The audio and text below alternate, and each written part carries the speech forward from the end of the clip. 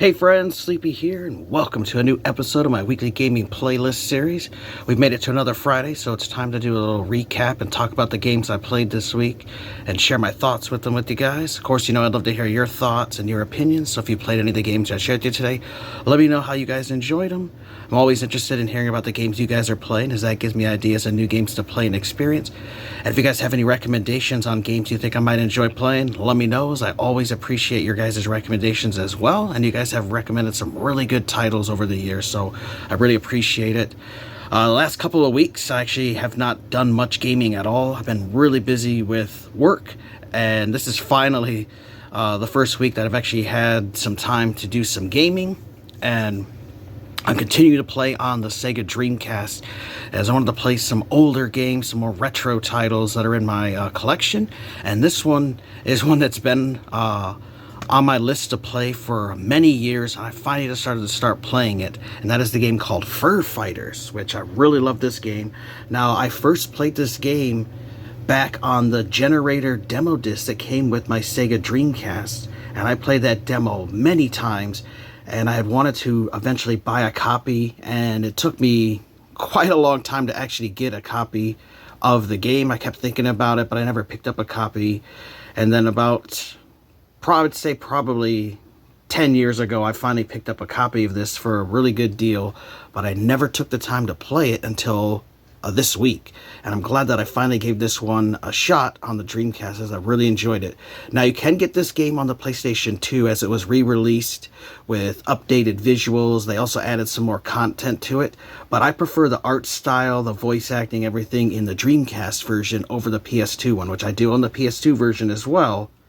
But I do prefer this Dreamcast one over, because I did play the PS2 one for a little bit, so it's basically, the exact same game, but I do prefer this Dreamcast one. So I'll read you guys from the back. The fluff has hit the fan. Introducing the Fur Fighters, an elite strike squad of cuddly commandos on a quest to liberate their families from the evil General Vigo and save the world. So Vigo is this evil wolf creature. And what's really interesting about this game is that Vigo has a pet human, so a tiny little human that meows like a cat. So it's really odd that humans in this world are the pets, and then the animals are like the people. So that was kind of neat. A new style of gameplay. First-person shooter meets adventure game. And I mentioned this in the gameplay clip that I filmed, that it's a third-person shooter meets adventure. So I don't know why they called it a first-person shooter. I don't know if they understood what first-person shooters were when they made this game 25 years ago, but it's a third-person shooter, not a first-person shooter, so that was just odd. Play as all 6 of the Fur Fighters, using their individual special skills to solve puzzles and obliterate the bad guys. So you have 6 different Fur Fighters to play as, which is really cool. So you have Rufus as a dog, you have Juliet that's a cat, you have Rico who's a penguin, you have Bungalow who is a kangaroo, Tweak is a dragon, and Chang is a firefox. And so all 6 of the Fur Fighters have unique abilities to them. Like Rufus can dig, and the penguin, Rico, he's able to dive through water. So there's different abilities that you'll need, and you need all 6 of the Fur Fighters to complete all of the levels, because you have to rescue all of the babies in the world that were stolen by Vigo, and also stop him. And so that's what the whole story is about. And it has really good music. Now, the voice acting is just the animals making noises like bark sounds or cat sounds, and then there's text for you to read. They did actually add voice acting into the PS2 version, but I think that adds to the charm with having the little mumble voices in it and you read the text. So let's check out Fur Fighters.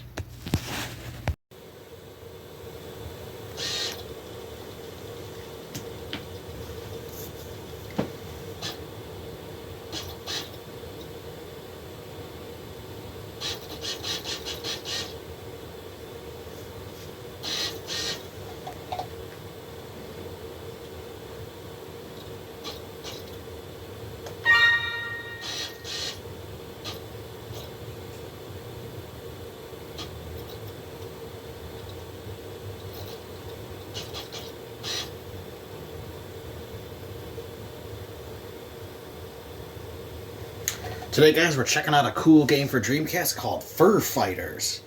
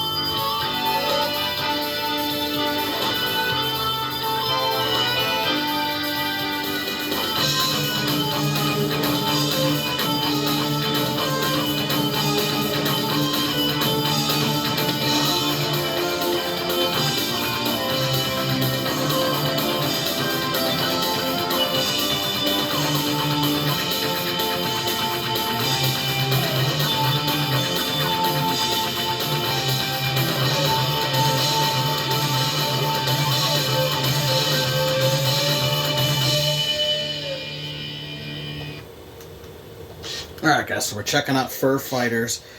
So it's a pretty cool game for the Sega Dreamcast. I originally played the demo of it on that generator demo disc that came with my Dreamcast, and I played it over and over, really loved the game, but I had never owned a copy for many years, and then I decided a few years ago to actually pick up a copy for my collection. I got it for a really good deal, and I wanted to finally actually play through the game and experience it, and I've been having a lot of fun with it. So the basic story is that you play as this group called the Fur Fighters. They're an elite commando squad, and their mission is to stop this evil General Vigo, who's a wolf, and he has a team of bears, and he's trying to take over the world, and he wants to stop you guys from stopping him, so he kidnaps all of the Fur Fighters' families and steals all the babies, and so your mission is to go into the game, go to the various levels, save all the babies, and stop Vigo and his team of evil bears from taking over the world.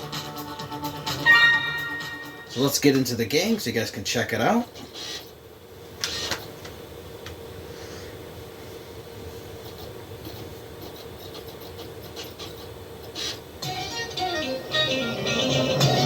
Now, it has pretty good graphics for an old Dreamcast game. Now, this was re-released later on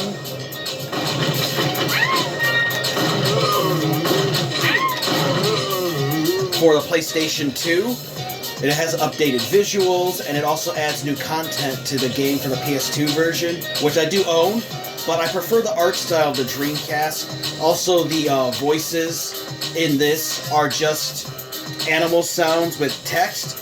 In the PS2 version, they actually had people voice acting in the game, and I just kind of prefer the look and the sounds of the Dreamcast version. Now, there's 6 different Fur Fighters for you to play as. They all have their own different abilities, their own strengths and weaknesses, and you'll need them to complete levels to get everything in the level, because you can't, every character can't do the same thing that others can do.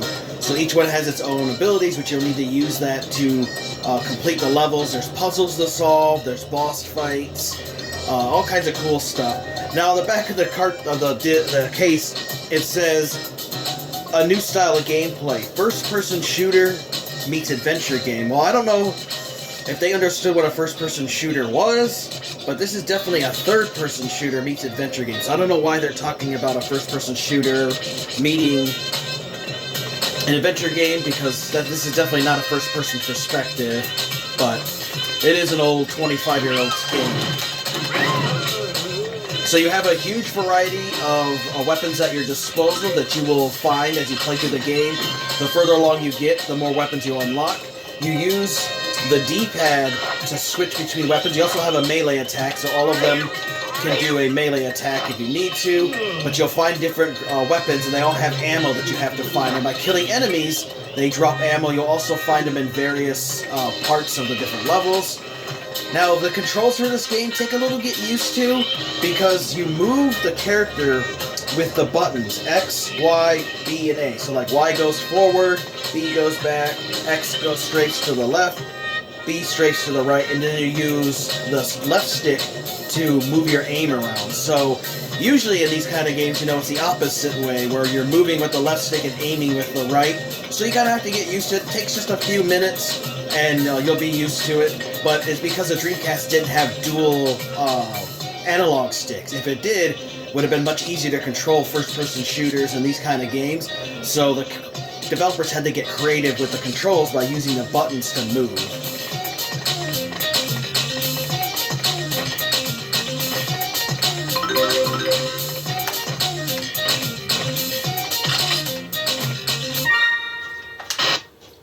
So this keeps track of every level you're in. I'm in the World Quack Center mission right now. There's different time attack if you want to try to rush through the level. It keeps track of all of the gold tokens that you find in the world. So there's 71 I have so far, and I have 6 of the 29 babies in this overall New Quack City. And then you can look at the overall in the whole game. I've got 12 babies of 114, so I'm trying to save all 114, and I found 185 of the 2,000 tokens that are available. And then if you want to do the time attacks, you can unlock your gold, silver, and bronze. It's really up to you know, how complete you want to do with the game.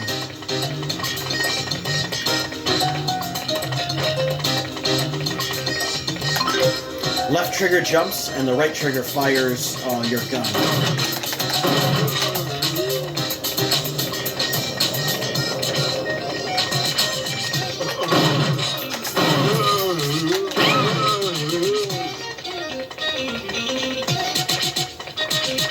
So if you guys hear some dialogue real quick.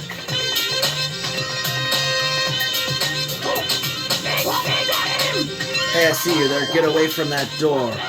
No unauthorized visitors. So now I have to figure out a puzzle, like how am I going to get him distracted so I can actually get into that room so I can save one of the babies. So that's another thing too with when you want to save the babies, you have to make sure you have the correct family member. So like Juliet here, the cat, can only save the cat ones. Rufus is a dog.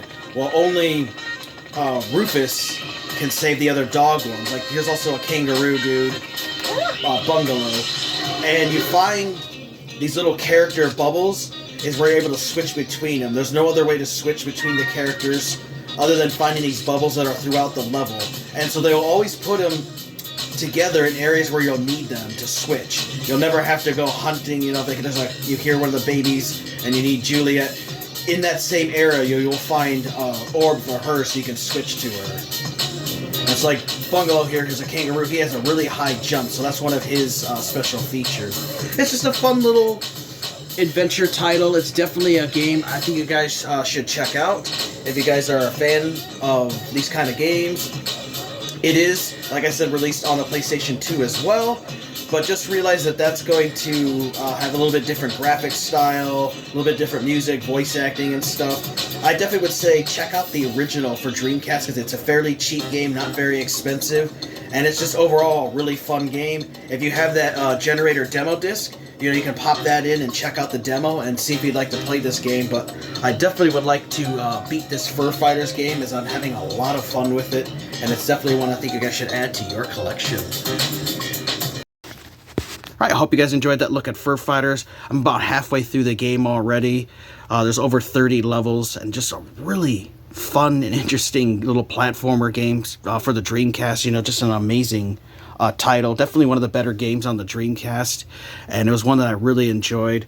A few other things to read from back. It says devastating weapons include the shotgun, there's a rocket launcher, and elemental ray. So since I filmed that clip earlier in the week, I have unlocked some new weapons and stuff, which is really cool. Monstrous bosses that just don't play fair, so there are various boss battles for you to complete. There's also a lot of puzzles for you to solve.